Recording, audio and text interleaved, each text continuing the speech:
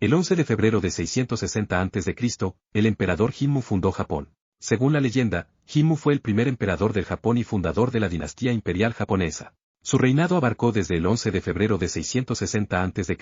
hasta su muerte en 585 a.C., gobernando durante 76 años. Su nombre póstumo, Jimmu, se usó por primera vez a finales del periodo Nara, por Omi no Mifune. Su biografía fue escrita como fuente primaria en el Kojiki, en 712, y en el Nihonsoki, escrito en 720. Estas crónicas sirvieron de base literaria para la mitología japonesa y del sintoísmo, religión nativa de Japón. Su vida y obras son consideradas legendarias. En ambas obras, se explican como sucesos verídicos hechos extraordinarios desde el punto de vista histórico, como la creación del cielo y de la tierra, la aparición de las deidades kami, y la formación del archipiélago japonés.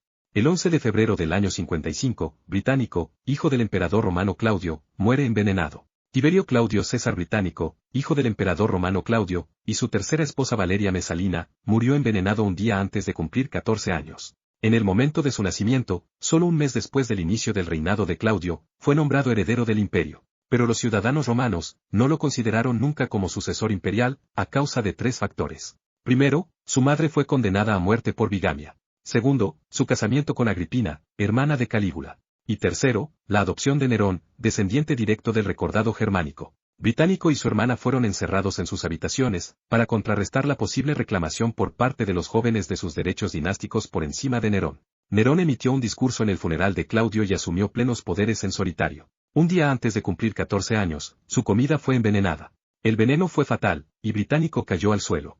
El 11 de febrero de 1808, en Estados Unidos, comienza la primera quema experimental de carbón de antracita como combustible. La antracita es el carbón mineral más metamorfizado, el que presenta mayor contenido en carbono. Es de color negro, a gris acero con un lustre brillante. Estando seca y sin contar cenizas, la masa de la antracita posee 86% o más de carbono, y 14% o menos de volátiles. Comparado con otros carbones es poco contaminante y de alto valor calorífico. Se suele hallar en zonas de deformación geológica, aunque su formación más que a la deformación se debe al calor de fuertes gradientes geotermales o intrusiones ígneas. Las temperaturas requeridas para formar antracita son de 170 a 250 grados centígrados, lo cual supera a las temperaturas alcanzadas en las profundidades de la mayoría de las cuencas sedimentarias. La roca constituye alrededor de un 1% de las reservas mundiales de carbón mineral.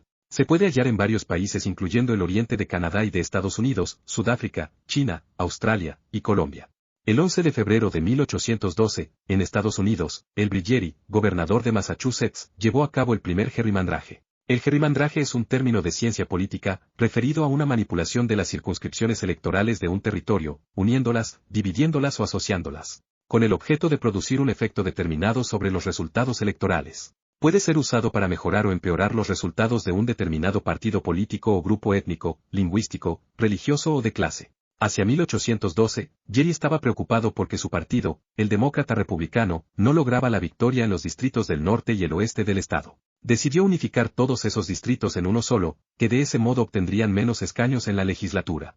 El 11 de febrero de 1826, en la India, el autodenominado dios hinduista Swami Narayan, escribió el Siksapatri. El Siksapatri es un texto religioso que consiste en 212 versos, escritos en sánscrito por el escritor religioso indio Swami Narayan, quien afirmaba ser un dios. Siksapatri es una escritura clave para todos los seguidores de Swami Narayan, que lo consideran la base de la secta. El libro de preceptos prohíbe estrictamente la destrucción de la vida animal, las relaciones sexuales promiscuas con el otro sexo, y el uso de alimentos de origen animal. También licores embriagantes, y las drogas, el suicidio, el hurto y el robo, y las falsas acusaciones contra un semejante. La blasfemia, la compañía de ateos y herejes, y otras prácticas que pudieran contrarrestar el efecto de la enseñanza del fundador.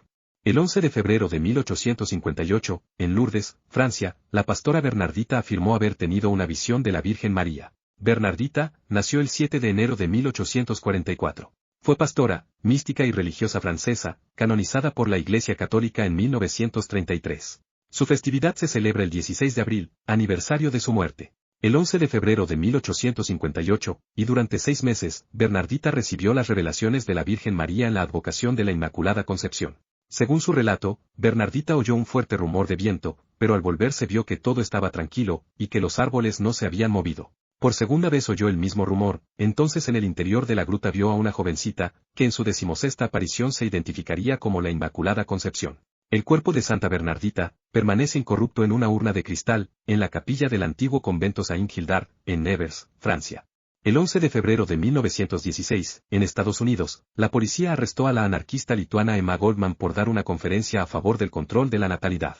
Emma nació en el Imperio Ruso, el 27 de junio de 1869. Fue una anarquista y escritora lituana de origen judío, apodada la mujer más peligrosa de América. Existe un debate biográfico sobre si identificar el pensamiento de Emma Goldman dentro del antifeminismo, pues fue hostil al sufragismo y al feminismo de la primera ola. Goldman sostenía que existen unas tendencias de conducta diferenciadas y complementarias entre hombres y mujeres. Su idea de la liberación de la mujer estaba ligada a la armonización de las relaciones entre hombres y mujeres, aceptando esas diferencias y tendencias naturales. Goldman nunca habla del sexo masculino como opresor, identificando la opresión más bien en el poder político del Estado y en el modo de producción capitalista. Abogó por una heterosexualidad saludable, que para ella incluía la idea de unión libre. El 11 de febrero de 1938, en Londres, por primera vez en la historia, aparece en la televisión un programa de ciencia ficción.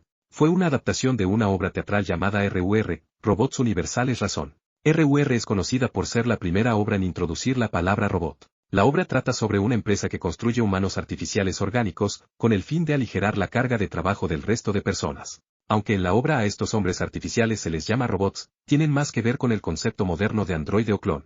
Se trata de criaturas que pueden hacerse pasar por humanos y que tienen el don de poder pensar. Pese a ser creadas para ayudar a la humanidad, más adelante estas máquinas entrarán en confrontación con la sociedad, iniciando una revolución, que acabará destruyendo la humanidad. El 11 de febrero de 1958, se registró el máximo solar más fuerte de la historia humana. El máximo solar es un periodo regular de mayor actividad solar en el ciclo de 11 años del Sol. Durante el máximo solar aparecen gran cantidad de manchas solares, y la emisión de radiación aumenta alrededor de 0,1%. El aumento de la emisión de energía en los máximos solares puede afectar el clima mundial, y estudios recientes han demostrado cierta correlación con los patrones climáticos. En el máximo solar, las líneas del campo magnético del Sol se encuentran más distorsionadas debido a que en el ecuador el campo magnético rota a una velocidad levemente mayor que en los polos. El ciclo solar le lleva un promedio de alrededor de 11 años pasar de un máximo solar a otro, con una variación observada en la duración de 9 a 14 años, para un ciclo solar determinado. El 11 de febrero de 1989, en Estados Unidos, Barbara Clementine Harris es la primera mujer ordenada obispa en la Iglesia Episcopal. Fue ordenada obispa sufragánea de la Diócesis Episcopal de Massachusetts, el 11 de febrero de 1989, en una ceremonia a la que asistieron 8.000 personas y retransmitida por televisión a todo el mundo. Era la primera mujer en ser ordenada obispa en la comunidad anglicana, hecho que generó diferentes controversias. Durante el tiempo que ocupó su cargo eclesiástico, trabajó para erradicar el racismo, el sexismo y la homofobia. Fue miembro de la Comisión Permanente de la Iglesia Anglicana para la Paz, y también de la Junta de Síndicos de la Escuela de Divinidad Episcopal de Cambridge. Se retiró de su cargo en Boston en 2003, y fue sucedida como obispa sufragánea por otra mujer afroamericana, Gal Elizabeth Harris. Falleció a los 89 años, en el Hospicio Casa de Cuidados Dimensiones, en Boston. La Comunión Anglicana decidió agregarla al calendario de santos, siendo su festividad, el 11 de febrero.